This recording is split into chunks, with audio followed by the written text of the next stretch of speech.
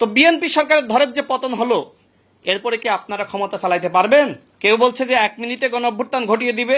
যে জোটের নেতৃত্ব দিচ্ছে জামাত ইসলাম, তাদের নেতৃত্বে আর কোনো গণঅভ্যুত্থান আর কোনো আন্দোলন ইনশাল্লাহ সফল হবে বলে আমার কাছে মনে হয় না।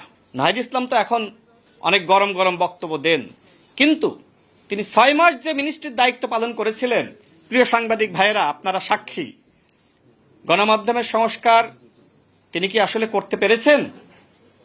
যে নাহিদ ইসলাম গণমাধ্যমের সংস্কার 6 মাস দায়িত্ব পালন করেও করতে পারেননি, এর পরবর্তীতে তার উত্তরসূরি মাহফুজ আলম তিনিও গণমাধ্যমের সংস্কার করতে পারেননি, সাংবাদিকদের যে অধিকার মর্যাদা সেটি প্রতিষ্ঠা করতে পারেননি। তারা এখন বলছে বিএনপি সরকারের পতন ঘটিয়ে তারা নাকি নতুন সরকার গঠন করবে। আপনারা তো 18 মাস সময় পেয়েছিলেন।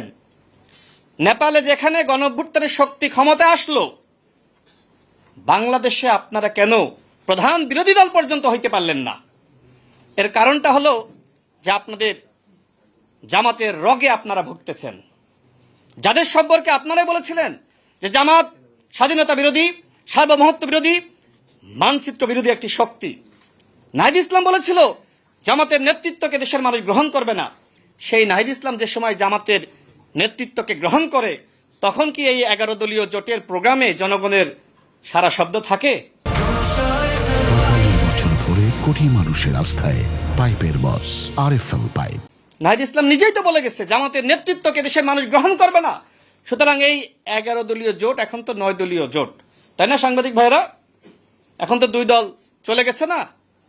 সুতরাং এই 9 দলীয় জোটের নেতৃত্বে, যে জোটের নেতৃত্ব দিচ্ছে জামাত ইসলাম, তাদের নেতৃত্বে আর কোনো গণঅভ্যুত্থান আর কোনো আন্দোলন ইনশাল্লাহ সফল হবে বলে আমার কাছে মনে হয় না।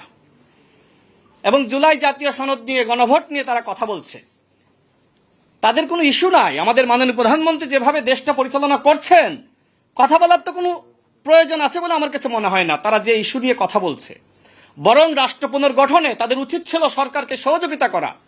গণঅভ্যুত্থানের পরে ডক্টর মোহাম্মদ ইউনূস যেখানে ব্যর্থ হয়েছে, সেখানে বাংলাদেশের বর্তমান মাননীয় প্রধানমন্ত্রী, তাকে সফল করা দায়িত্ব ছিল এই 11 দলীয় জোটের, যারা অপোজিশনে আছে তাদের। কিন্তু তারা এই মুহূর্তে চাচ্ছে বিএনপি সরকারের পতন। তো বিএনপি সরকারের ধরের যে পতন হলো, এরপরে কি আপনারা ক্ষমতা চালাইতে পারবেন? নাকি আওয়ামী লীগকে ফিরিয়ে আনতে চান?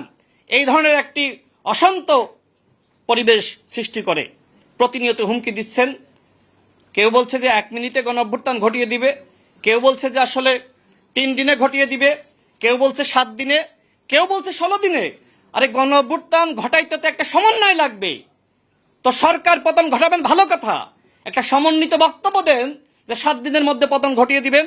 কর্নেল অলি আহমেদ আমাকে নিয়ে এবং আমাদের সহযোদ্ধা নুরুল হক নূর, বিএনপি সরকারের প্রতিমন্ত্রী, গণ অধিকার পরিষদের সংগ্রামী সভাপতি, দেখেন এই যে মুরব্বী মানুষ কর্নেল অলি আহমেদ যে ভাষায় কথা বলেছে, এইটা কিন্তু রাজনৈতিক ভাষা হইতে পারে? একজন মুরব্বী মানুষ, সম্মানিত মানুষ, বীর মুক্তিযোদ্ধা, এই শেষ বয়সে তিনি জাতিকে দীক্ষা দিয়ে যাবেন, আমাদেরকে শিক্ষা দিয়ে যাবেন।